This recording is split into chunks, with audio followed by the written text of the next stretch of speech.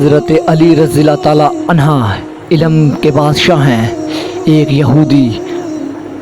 ایک یہودی آتا ہے آپ کی خدمت میں اور سوال کرتا ہے اور کہتا ہے کہ یا علی، ہم نے سنا ہے کہ آپ علم کے بادشاہ ہیں، آپ ہر سوال کا جواب بتا دیتے ہیں، تو آج آپ یہ بتائیں کہ میں کیا کھاؤں گا؟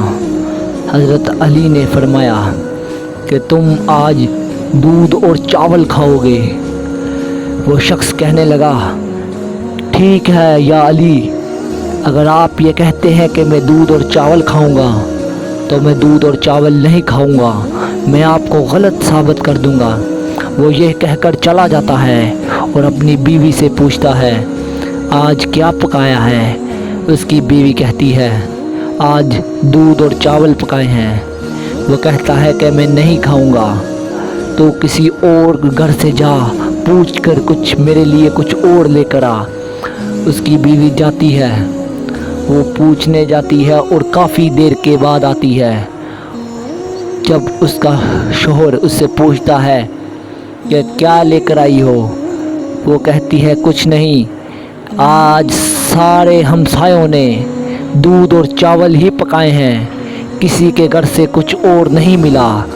اور وہ یہ کہتا ہے کہ میں نہیں کھاؤں گا اور چل پڑتا ہے باہر کی طرف۔ اس کی بیوی پوچھتی ہے کہ کیا ہوا آج تم کو؟ پہلے تم ایسا نہیں کرتے تھے۔ اس کا شوہر کہنے لگا، میں تجھے بعد میں بتاؤں گا۔ اور وہ چلنے لگ پڑتا ہے باہر کی طرف، اور چلتے چلتے اسے ایک قافلہ نظر آتا ہے۔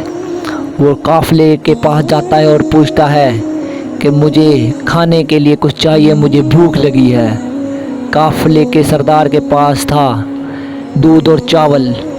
وہ کہتا ہے کہ میں دودھ اور چاول نہیں کھاؤں گا، دوسروں سے پوچھو، میرے لیے کچھ اور لے کر آؤ۔ وہ سب سے پوچھنے لگ پڑتے ہیں اور پوچھتے چلے جاتے ہیں، سب کے پاس دودھ اور چاول ہی ہوتے ہیں۔ وہ کہتا ہے کہ میں دودھ اور چاول نہیں کھاؤں گا، اور وہ یہ کہہ کر جب جانے لگتا ہے تو قافلے والے انہیں پکڑ لیتے ہیں۔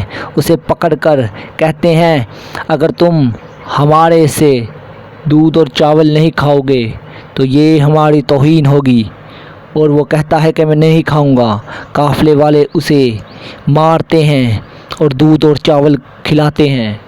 اور وہ جب حضرت علی رضی اللہ تعالیٰ عنہ کے پاس جاتا ہے، حضرت علی رضی اللہ تعالیٰ عنہ فرماتے ہیں کہ تم نے دودھ اور چاول کھائے؟ وہ کہتا ہے نہیں، میں نے دودھ اور چاول نہیں کھائے۔ حضرت علی رضی اللہ تعالیٰ عنہ فرماتے ہیں کہ تو جھوٹ بول رہا ہے، تو نے دودھ چاول بھی کھائے ہیں اور تو نے قافلے والوں سے مار بھی کھائی ہے۔